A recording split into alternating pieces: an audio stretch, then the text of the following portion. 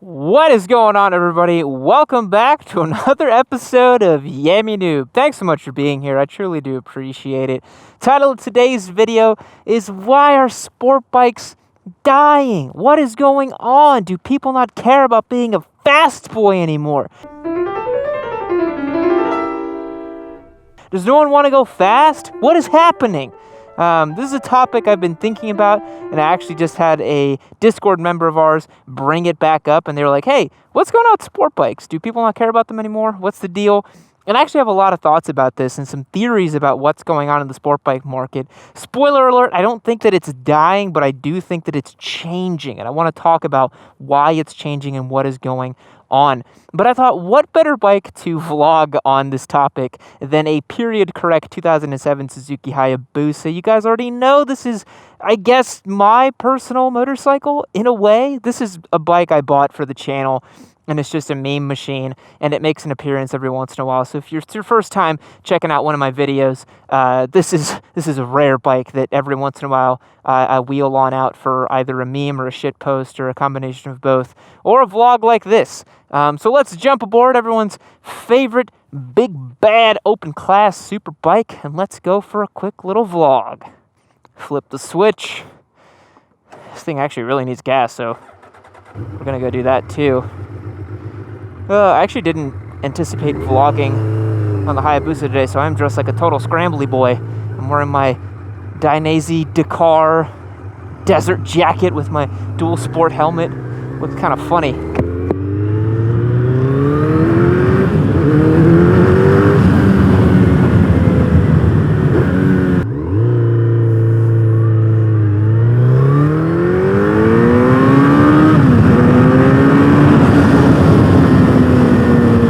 This bike is so sketchy. Just wiggles and squirms. Oh my god, it's too fat and too powerful, and it's kind of windy, so yeah. Alright, so let's talk about the sport bike market. Okay, enough Busa time. So what is going on? Okay, let me paint you a picture. Let me take you back to 2006, 2007, when stuff like the Busa, this specific Busa, was on some showroom floor somewhere. That was a totally different time, man. I think a lot of you younger guys don't realize that 06, 07 was the heyday of the housing bubble. Everyone thought that there was going to be free money forever. People's houses were doubling in value. Credit was easy. You could show up to a bike dealership and get yourself a nice little ninja loan. No income, no job, no asset, no problem, right? Show up there, $0 down, get yourself a brand new R6, full set of gear, all financed by Papa Yamaha Motor Finance Corp or something like that, and credit was just so easy and free. And so what happens when credit is easy and free is that people want to buy toys, you know? People love buying toys, especially when they're not putting down their own hard-earned cash for it, and that makes a lot of sense to me, honestly. But you know, things were different back then, I think. You know, things were just easier to come across. And so I think while you did have specialization in the motorcycle market, you had things like dual sports and competition off-road bikes, sport bikes, naked bikes. A lot of folks felt that they could buy multiple motorcycles and they didn't have to specialize as much. And that was the big change that happened when the economy crashed in 2008. And we've been kind of dealing with for the last 12 years in a lot of ways. So as many of you know, I'm an economics major and I do love talking about this stuff. And I love when it intersects with a passion of mine, which is motorcycling. So let's break this down, right? 2008, housing bubble happens, everyone loses their jobs. Well, not everyone loses their jobs. Housing values get cleaved in half, there's mass panic, things are happening, stock market tumbles like a ton, people are losing value, people are losing their wealth, no more jobs, what's going on?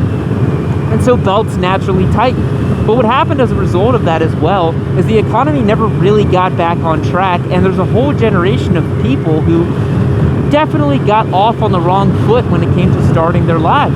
People who were 22, 23 years old and they were just starting out, you know, they didn't have the same kinds of opportunities that those did 10, 15 years ago, and so they were already at a disadvantage. And so that led to where we are today in a lot of ways. So what's happened is not many people can afford a multi-bike stable, right? it's actually pretty difficult to afford 3 or 4 motorcycles for most people. So what they have to do is they have to, you know, choose, oh boy, oh boy, oh boy, okay.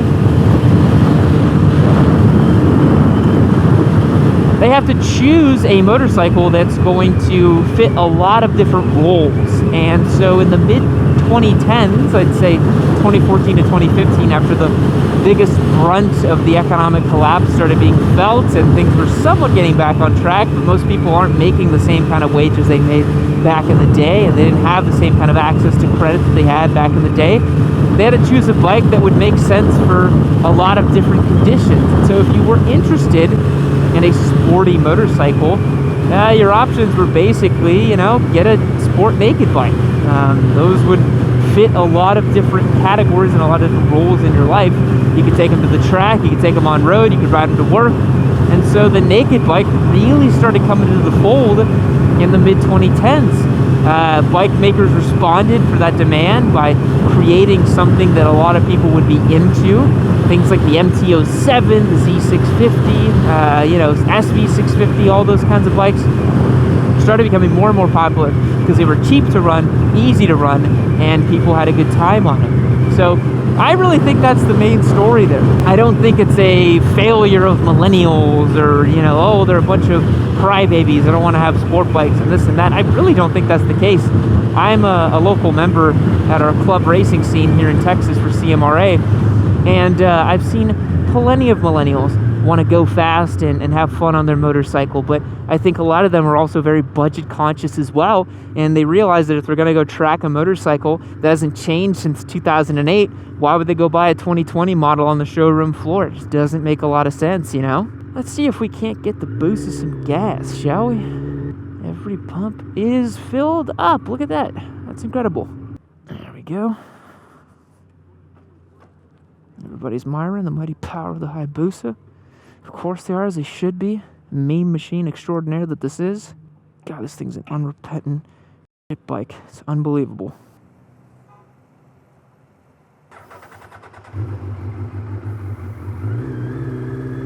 Right, so where were we now that we've got gas and we're back on the road here? We were talking about how, you know, middleweight bikes haven't really been updated very much, and so anyone who's trying to seriously do track days would probably just look at a used bike, so that's why you haven't seen much development in the middleweight category. But conversely, what we have seen a lot of, and it's another function of the economy, is the high-end market, you know?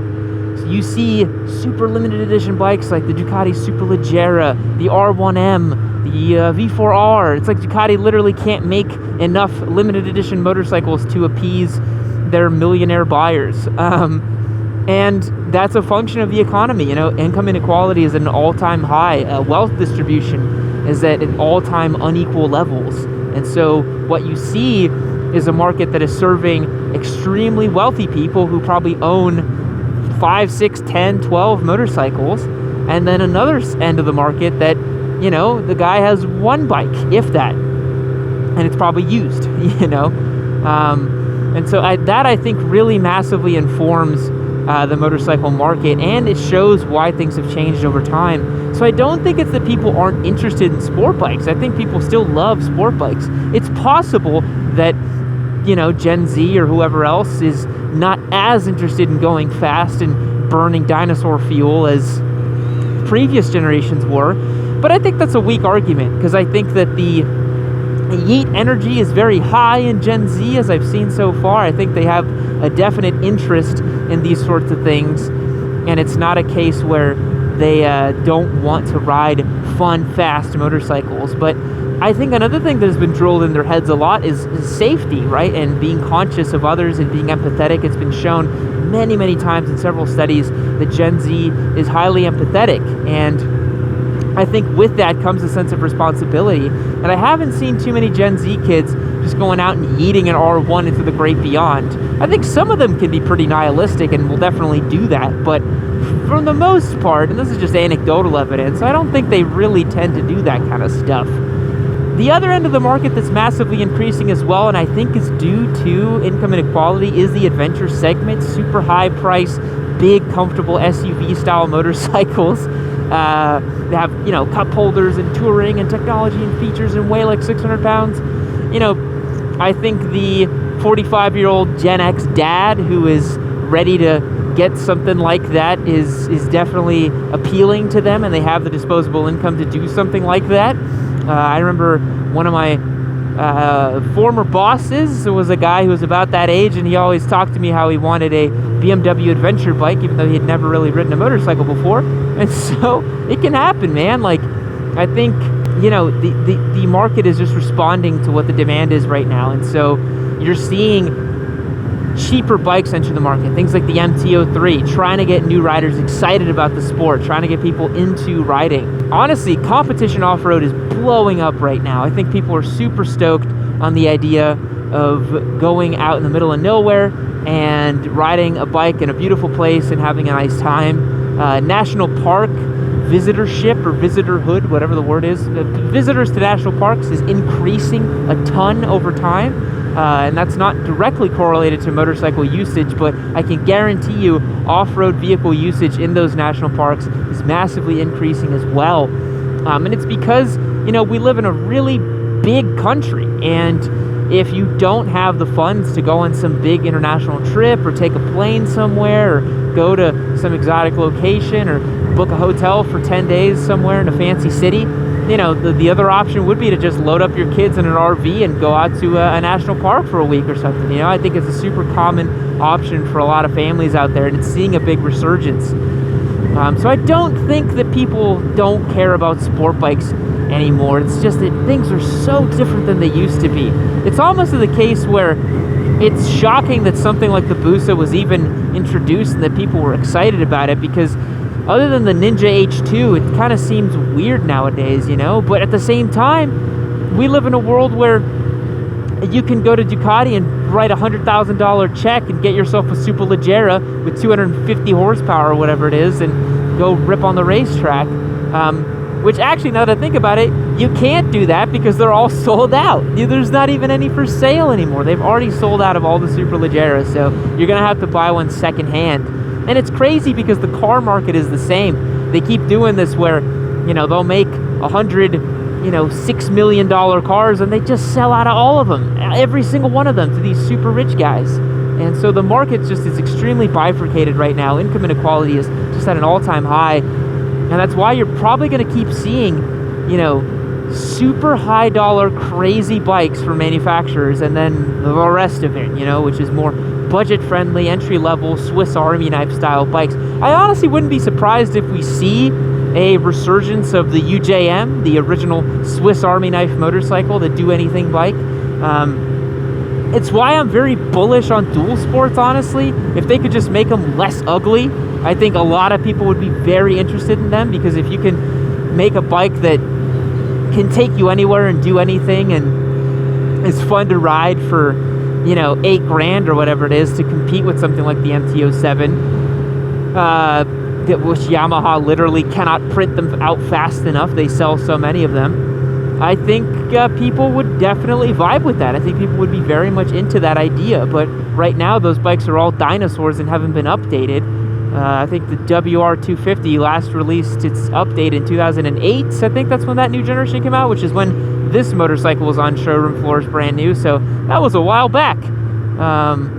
Let's see if this person sees me. They sure did. That's nice. I do not like riding the street anymore, man. But I just really want to impart on you guys that it's not a zero-sum game. You know, just because we're saying that sport bikes are dying or they're not that interesting to people anymore doesn't mean that there's not going to be anybody who's interested at all. And your buddy who has an R6 and is all about it and he's 19 years old, that's cool.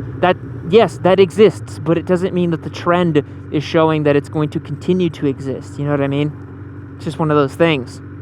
I just can't believe I'm wearing like full-on ADV gear and I'm on a Busa. What has my life become? What is happening? Yeah, and then there's me, I guess. There's me that has 5 personal motorcycles, and I'm giving away a ton of other ones as part of a business that I run. The whole thing is really crazy, but I'm just super passionate about motorcycles, man. I'd do anything for them, and I typically have done anything for them. I very much love them. So what do you guys think? Are sport bikes dying? What's going on? Let me know in the comments below. Thanks for watching. Catch you in the next one. See you later. Hey, thanks for watching the video. Why don't you click this one right over here and you can keep watching some more of your sweet Papa Yam. Maybe this one will have fun memes in it. Maybe it'll be interesting. Maybe I crash a motorcycle. Who can say? Maybe you should click and find out.